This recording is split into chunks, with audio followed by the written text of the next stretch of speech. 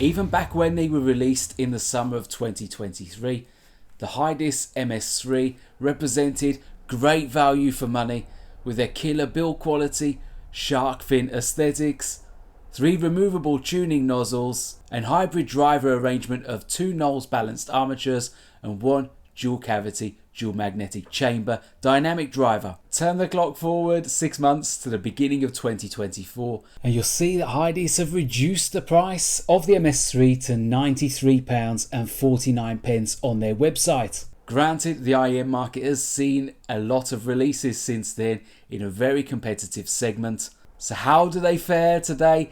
Keep watching for my thoughts on the HIDIZS MS3. The MS3 arrives in a large and quite impressive looking outer enclosure which oozes understated quality. You've got a nice image of the IEM itself as well as a breakdown of the driver arrangement on the front, and the back contains all of your technical specifications. Of the ones that you might want to know, the impedance is 18 ohms, so it should be quite straightforward to drive, and they have a sensitivity of 112 dB. You can get 2 cable versions of the MS3, one with a 3.5mm jack and one with 4.4mm, so make sure you've got the right one at time of order. On the first floor you'll find the ear tips and removable filters. The tips have 3 different styles, all in small, medium and large. You've got vocal tips here, the bass tips, and then on the bottom balanced ear tips.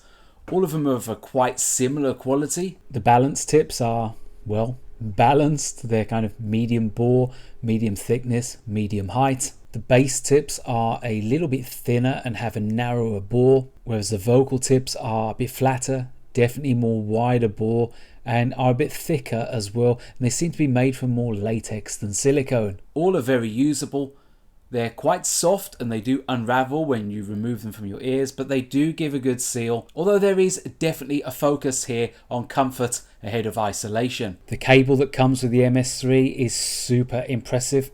It's a 4-core 192 strand OFC cable with that standard length of 1.2 meters. The connectors are high quality as well. They're 2-pin 0.78mm and they have this kind of shark's fin style aesthetic to it. Whether it was about looks or durability, I've no idea, but it does do the job. On the back there's color coding with blue denoting your left plug and red your right. You've also got a small faux leather HIDIZS branded carry pouch. It's got these kind of metal magnetic hinges to clamp it shut. When you unbox the MS3 for the first time, this is where you'll find the cable. Overall, it's a pretty decent unboxing experience that aligns to its price. I would have liked to have seen a zipper carry case, something like this, where you can house and protect those removable filters, but you'll struggle to find a cable better quality than this that's included with an IEM release. So HIDIZS definitely deserve props on that one. Now, if you found the unboxing experience a tad underwhelming,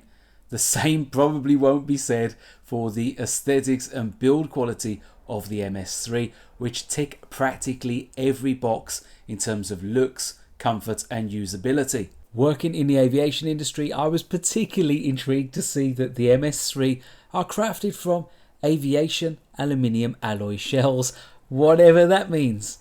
They're carved by 5-axis CNC and the craftsmanship is immediately impressive. The MS3 are particularly eye-catching with their black oxidation treatment to the shell and their 3-dimensional flame style design to the faceplate. If an IEM could be sexy, then this is it. I mean, it's at the level that you'd probably be given permission to break your marital vows for. Granted, it bears more than a passing resemblance to its big brother, the MS5, but for me, these are better looking and they fit better despite being a fraction of the cost. The sleek profile continues with a very shallow graduation upwards and outwards from the nozzle. The curvature is very slight, but it's enough to optimize the balance of fit and creating the required amount of isolation. And despite weighing over 7 grams, they don't feel heavy in the hand or in your ear, thanks in no small part to their well-proportioned ergonomic dimensions. The faceplate measures 19mm wide and just over 22mm high, with a depth of around 24mm. Making them shallow to medium insertion,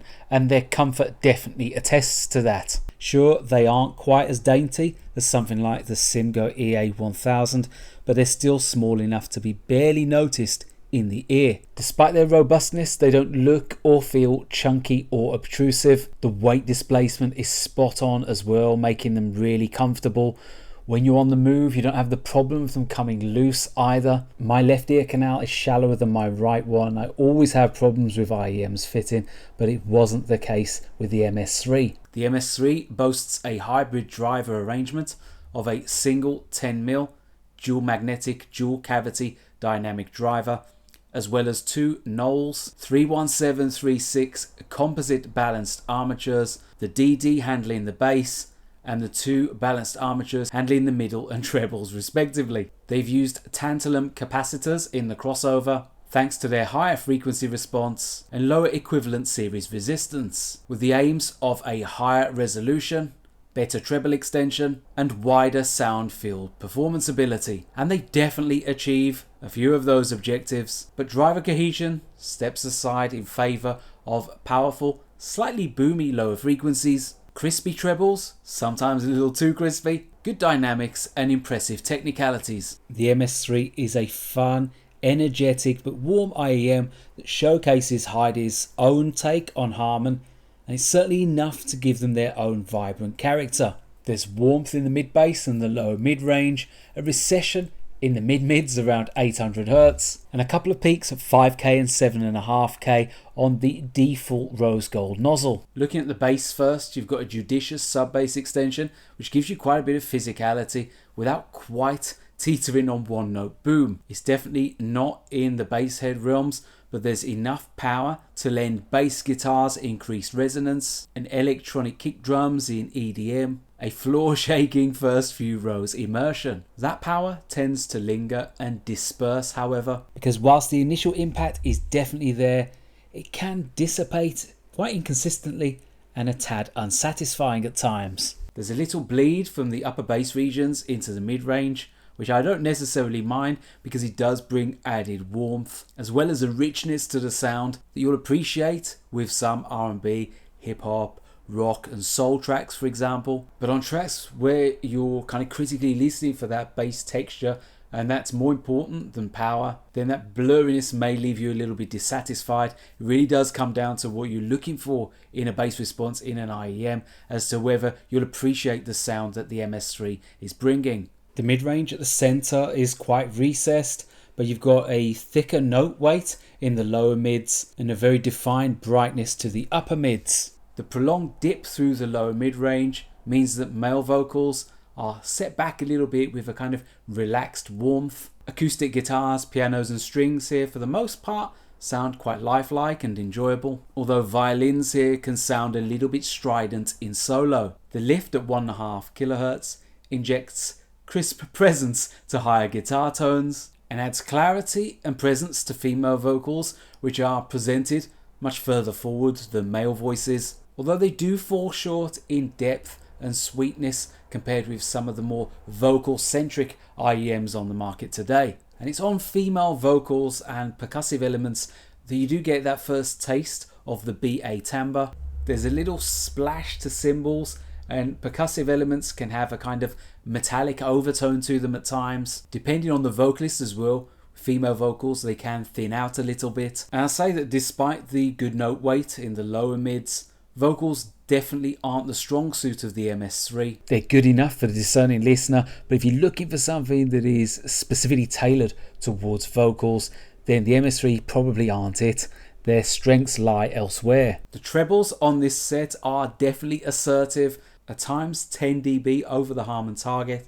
This opens out the sound and it brings lots of crunchiness and crispness to percussive elements. For the most part, it's a clean treble delivery, but its slightly peaky nature, whilst adding bite to accentuate transients, can also sometimes accentuate that metallic sheen. If you like tribal house or funk tracks where you've got a lot of percussion, and this is where it's especially evident. The resolution here is excellent though, so if you're someone who favours detail retrieval more than naturalness and you can forgive a little low treble sibilance, then the MS3 will probably float your boat. Detail retrieval is really strong in this price bracket. Imaging is very good as well. And instrument separation, particularly in those middle and higher frequencies is very straightforward. The sound is presented in quite a wide staging and the depth and height aren't too bad either. Layering is very detectable and positioning is very strong as well. I don't have many sets in my collection that are paradoxically fun and vibrant, but also very technical as well. I find myself reaching for these quite often when that slightly unnatural tonality isn't so much of a problem to me. If I'm listening to EDM or melodic techno, then the energy that the MS3 brings is definitely more favourable. As I mentioned previously, the MS3 gives you two alternative tuning options. Aside the balanced rose gold filter, which comes factory fitted, you've got their quiet silver, which is a treble oriented filter, and charm red, a bass filter. Changing the filters is very straightforward. You just screw them off the end and then screw the replacement one back on. They've got O-rings on there as well to help augment the sound. And when you do this, aside getting the benefits of an alternative sound profile, you also get a little look at the balanced armature in the nozzle. The silver nozzle doesn't seem to be a particularly wide deviation from the stock, but it's an even brighter sound, adding further detail and punchiness to the trebles, but also thinning out vocals even more.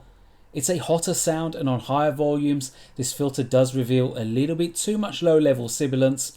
If you're treble sensitive, then this is probably one to avoid, but it does certainly strut its stuff with classical music on mid volumes. The red filter, as you can see, is a far bigger deviation, boosting the bass, smoothing out the 5k peak, and moving and enhancing the 7.5k peak to 8 Hz. It shifts the tone a bit from bright to slightly darker and loosens the range even further. Bass lines are richer, although less controlled, but not as punchy as the gold filter.